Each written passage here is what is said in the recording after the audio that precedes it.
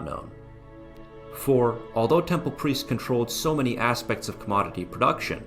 we now have evidence to suggest that public building projects and the dispensation of justice were both still in the hands of assemblies, composed of the sons and daughters of Uruk, as they would call themselves, with women being able to take part in the proceedings, hold land in their own right, rise in temple administrations, and even assume control of the household under certain circumstances.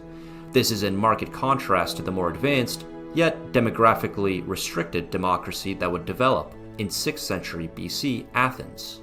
As we reach the end of the Uruk period, which spelled the end of temple rule, although not the end of the city-state of Uruk itself,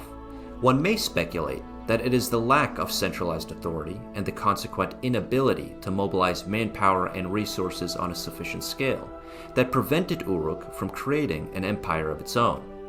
Although it established colonies as far away as Syria and Iran, bringing back plunder and slaves, each foreign adventure would cost the people of Uruk more than it yielded. Trade was the more profitable course of action, and a perfectly viable response to addressing the growing needs of an urban population too big for its britches, not unlike the situation medieval Florence found itself in amid the fertile Arno Valley of Italy, with trade famously being its lucrative recourse.